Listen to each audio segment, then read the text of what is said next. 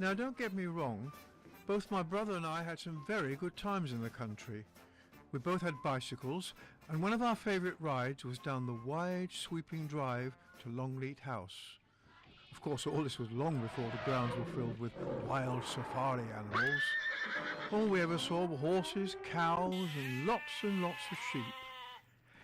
Now Mum had always taught us to make our own fun. So, on rainy days, we'd find some old barn to explore. Or if it was sunny, well, we'd head for the nearest pond or lake. And sometimes, on a warm summer evening, we'd make a bonfire. And as we cooked our sausages, I'd gaze into the flames, and I'd see all my dreams of an acting career going up in smoke. Surely I wasn't going to spend my whole life stuck in the country. Was I just another sheep? I felt trapped.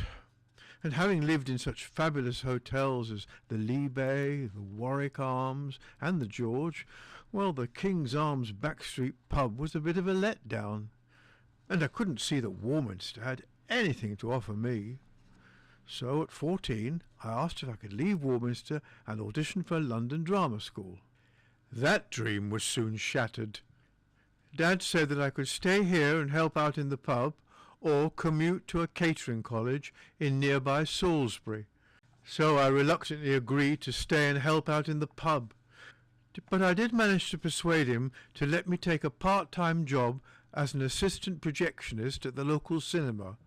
So at least I could pretend I was still in show business. Unfortunately, while collecting a spool of film for reception, I dropped it, a projectionist nightmare. So I was demoted to cleaning out the aisles between shows. But watching the screen actors doing what I wanted to do was very frustrating. When Shakespeare's Hamlet came to our cinema, I was very impressed by Laurence Olivier. So much, in fact, that I learned Hamlet's Locket speech to his mother by heart, just in case I ever needed an audition piece. Sadly, I never did.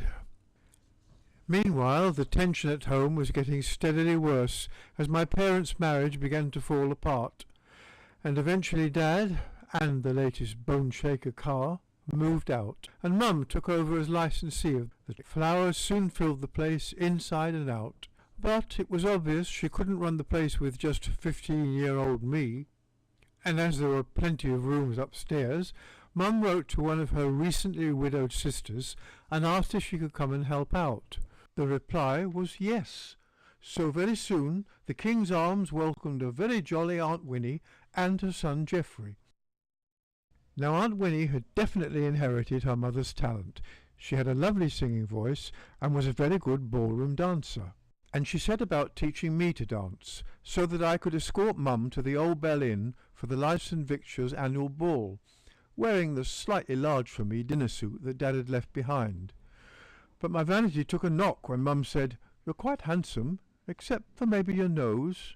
Oh no, was it growing?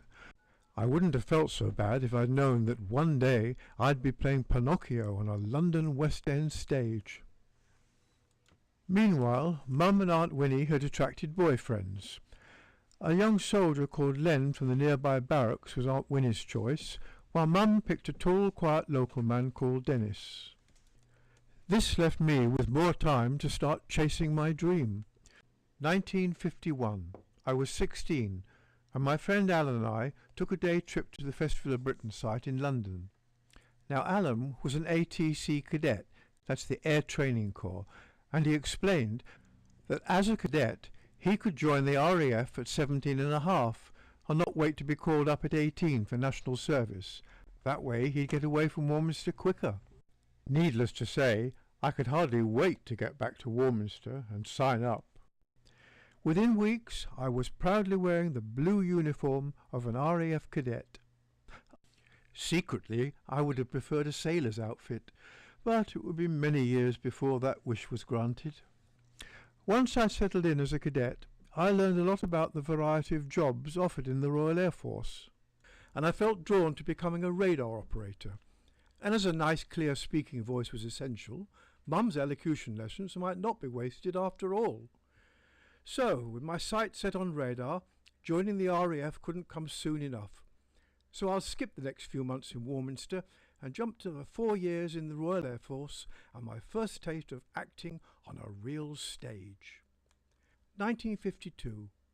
Although only a ferry ride from the pre-Beatle Liverpool, my RAF basic training camp, West Kirby, was more of a backwater than Warminster.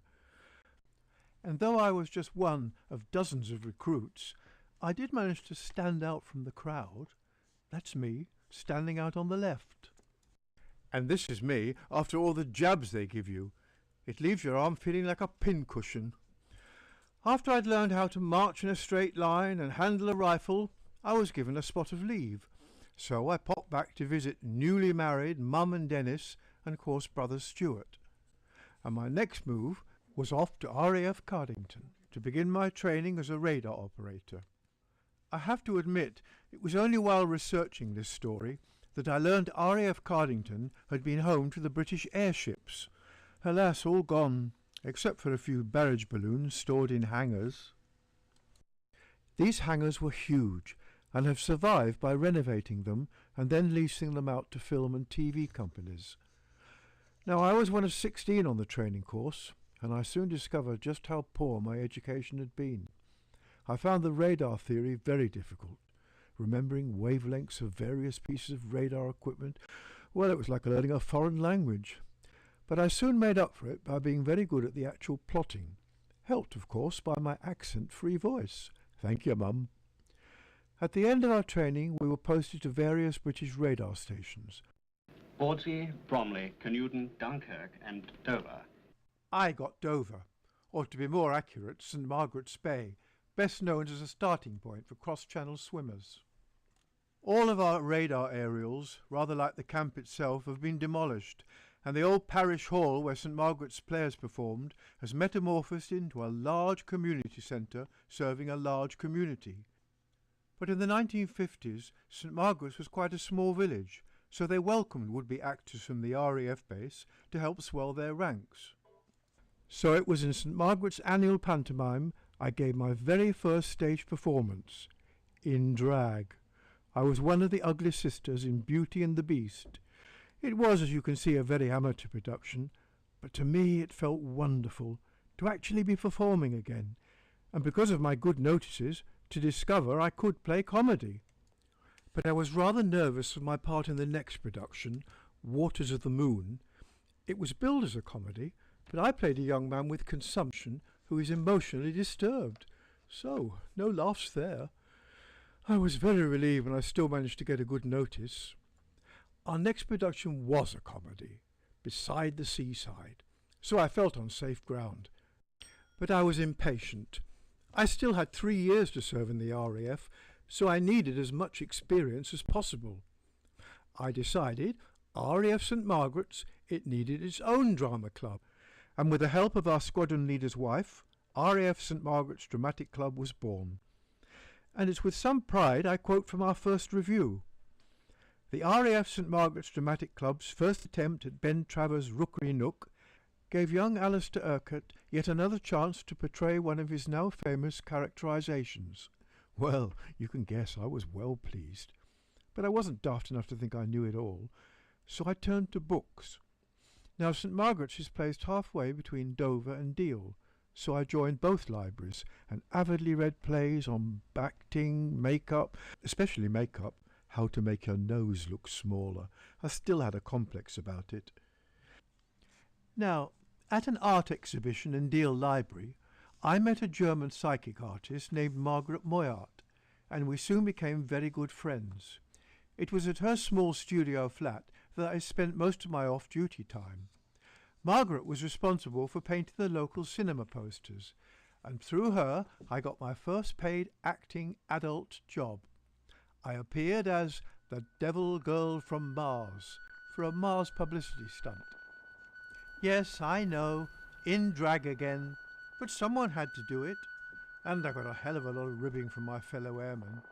All was quickly forgotten when they saw our next RAF production, which was a really heavy drama, Power Without Glory. Looking back, I think I must have fancied myself as a young Dirk Bogarde. Anyway, I played a young man who murders a girl he thinks is carrying his child.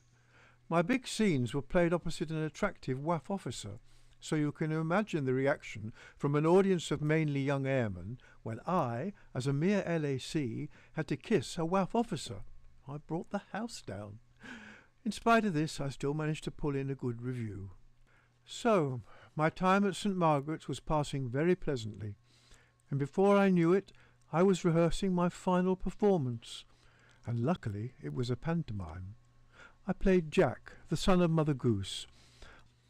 I put everything I could into this final performance, and it paid off with a stunning review, which definitely helped me onto the very first step of my professional career. The critic was from the Amateur Stage Criticism Service. So, it's with great pride I read you his review. Once in a blue moon, there emerges in every society someone who is absolutely outstanding, without at the same time detracting from other members' performances. Here is that one. Quite frankly, the performance given was beyond any criticism. Here is one who has either missed his vocation in life, or if not, had better get started and join the profession without delay. There are few men of this calibre available today. I wish him every success, and with confidence, and given just that little bit of luck, which we all must have to make the grade, I can see quite a future stage career for such a talented player. Wow! Who could ask for anything more? And yet there was more. On the last night of the pantomime, I gave a party in the Naffy, and I was presented with a farewell gift, a pewter beer tankard, engraved, Alistair, happy reminder of your association with St. Margaret's Players, 1953 to 1956. I've used that mug daily. It holds not beer, but teaspoons. My RAF service was almost over, so it's goodbye to amateur theatre and all the friends I've made in this beautiful village. To leave Margaret and my interest in psychic research, that would have been a whole different chapter. So I'll finish part 2 of my story with a tiny bit of filming I did in the RAF. The BBC were making a programme entitled War in the Air. Now during the war, the filming of radar operations was forbidden, so it was necessary to recruit a team of radar operators from our station to recreate the missing scenes. We had a few days up in London and were filmed in a secret underground command room deep down in the Brompton Road Underground station. On my demob, I'd signed the Official Secrets Act, so it was only when I saw an article in the London Evening Standard on the 19th of September 2013 revealing the truth about this secret bunker and that it was now up for sale, that made me feel free to tell this piece of my story. So, chocks away!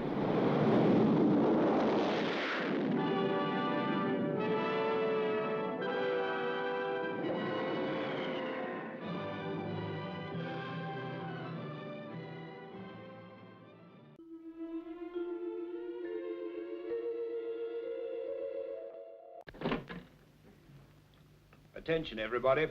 On your toes, chaps. The OC is coming in. It's just been announced by the Prime Minister that as from 1100 hours today, that's just 3 minutes ago, we are at war with Germany.